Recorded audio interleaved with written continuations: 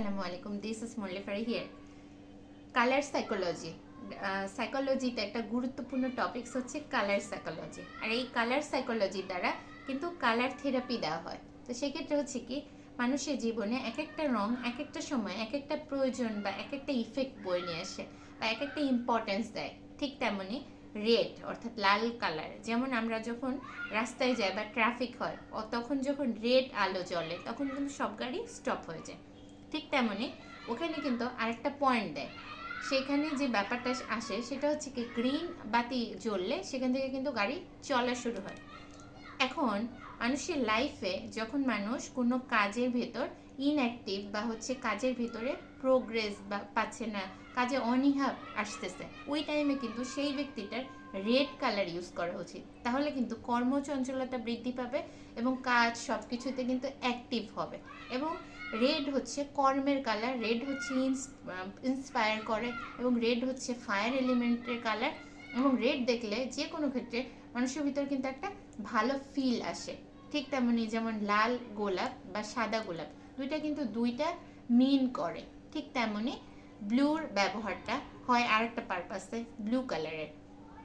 যেমন ব্লু অর্থাৎ নীল বেদনার রং হিসেবে আখ্যায়িত করা হয়। আবার এই নীল কর্পোরেট সেক্টরে, বিজনেসের সাইডে এই নীলের ব্যবহারটা কিন্তু আলাদা একটা ওয়েতে আসে। আবার এই নীলটা কিন্তু অনেক সময় পজিটিভিটি এবং রয়্যাল একটা লুকও দেয়। ঠিক তেমনি যখন ব্ল্যাক ইউজ করা হয়, ব্ল্যাক কালার, সেই ব্ল্যাক কালারে কি হয়, অনেক ধরনের এনার্জি কিন্তু টানে ব্ল্যাক থেকে। তো অনেক সময় কি হয়, মানুষ যখন ড্রেস আপ করে, চেষ্টা করে অনেক মানুষই ব্ল্যাক না পরার জন্য, এবং অনেক অনেক ক্ষেত্রে ব্ল্যাককে ইউজ করার ব্যাপারে আলাদা আলাদা মতামত আছে। এবং ব্ল্যাক কিন্তু অনেক সময়, যেমন উইন্টারের ক্ষেত্রে ব্ল্যাক কিন্তু অনেক অনেক পজিটিভিটি দেয়। ঠিক তেমনি আবার যখন গরমকাল আসে তখন কিন্তু বলা হয় যে ওই টাইমে যেন ব্ল্যাকের ব্যবহার কম করা হয়, ওই টাইমে যেন হোয়াইটের ব্যবহার করা হয়। তার কারণটা হচ্ছে কি, সাদা তখন হচ্ছে আলো বাতাস সব কিছু হচ্ছে প্রবেশ করতে, এবং সব ধরনের কালারকে অ্যাট্রাক্ট করার জন্য সাদা কিন্তু অনেক গুরুত্বপূর্ণ। ঠিক তেমনি সবুজ রঙের আলোতে মানুষ হয়ে যায় অলস, এবং হচ্ছে অনেকটা নেচারের কাছে গেলে মানুষের একটু অন্যরকম ফিল হয়। ঠিক সবুজ কাপড় বা হচ্ছে সবুজের ব্যবহার যদি বেশি হয়, সেই এনভায়রনমেন্টটা একটু কিন্তু কিছুটা অলসতার এনভায়রনমেন্ট থাকে। এবং আরেকটা ব্যাপার থাকে, সবুজ রঙের আলো বা সবুজ রঙের কালি অ্যাবান্ডেন্স, পজিটিভিটি, প্রসপারিটিও দেয় মানুষের জীবনে। ঠিক তেমনি লাল কলমের কালি বা হচ্ছে লাল মানুষের জীবনে অনেক পজিটিভিটি, অনেক প্রসপারিটি দেয়। এবং অনেক জায়গায় বলে যে এটাতে লাল পড়ে গেল, রেড মানে একটা অন্যরকম সংকেত। ঠিক তেমনি যখন মানুষ আনহ্যাপি ফিল করে এবং হচ্ছে তার মনের ভিতরে একটা চঞ্চলতা বা হচ্ছে অস্থিরতা বিরাজ করে, তখন মানুষের ওই টাইমে সাদা অথবা হচ্ছে হলুদের ব্যবহার করা উচিত। সব থেকে প্লাস পয়েন্ট হচ্ছে হলুদ বা অরেঞ্জের ব্যবহার করা, বা ইয়েলো বা গোল্ডেন।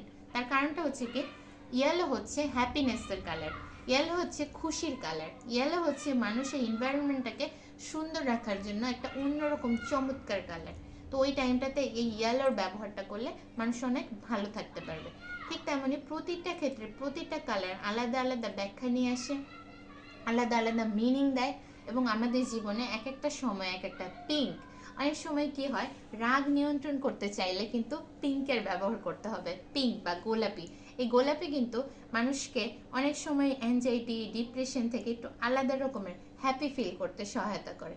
ঠিক তেমনি প্রতিটা কালার প্রতিটা মিনিং প্রতিটা সময়কে আলাদা আলাদাভাবে রিপ্রেজেন্ট করে। একটা এনভায়রনমেন্টে গেলেন, ওখানে এক রঙের আলো দেখলেন, হঠাৎ করে একটা ফিল আসবে।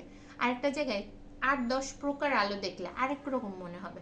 ঠিক তেমনি কালারটাও এরকম।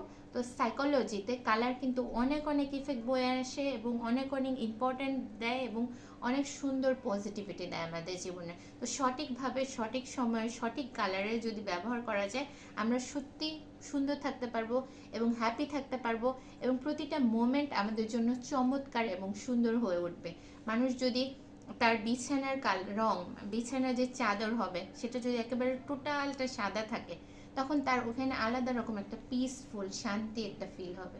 আরেকটা কালার হলে সেখানে কিন্তু আরেক রকম অনুভব হবে।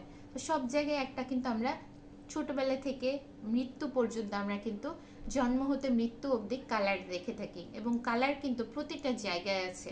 মানুষের খাবারের থেকে শুরু করে মেডিসিন পর্যন্ত সব জায়গায় কিন্তু কালারের ব্যবহার হয়। এখন কোন সময় আপনি কোন কালারটা ইউজ করবেন সেটা আপনার উপর নির্ভর করবে, এবং আপনি কোন কালারটা পছন্দ করেন, কোনটা আপনার চোখের ভিতরে একটা পজিটিভ ফিল দেয় এবং আপনার ভিতরে একটা প্রশান্তি আনে, সেভাবে সেই কালারটা সেই সময় ইউজ করতে হবে। এখন একটা মানুষ খুবই অসুস্থ, ওই মুহূর্তে ওই জায়গায় ওই এনভায়রনমেন্টে আপনি হচ্ছে একেবারে খুব জাঁকজমক বা হচ্ছে চকচকে বা হচ্ছে চমকদার কালার নিয়ে গেলে সেই মানুষটার কাছে ওই মুহূর্তের জন্য দুইটা ফিল হতে পারে, হয় ভালোও লাগতে পারে আবার খারাপও লাগতে পারে। তাই সেই মানুষটা সেই এনভায়রনমেন্টটার মুহূর্তটা বুঝে সেখানে আপনার সেই রঙের ব্যবহার করতে হবে। ঠিক তেমনি প্রতিটা ক্ষেত্রে আমাদের হচ্ছে মানুষের লাইফকে, মানুষের সিস্টেমকে, মানুষকে বুঝে তারপর হচ্ছে কালারগুলোকে ইউজ করতে হবে।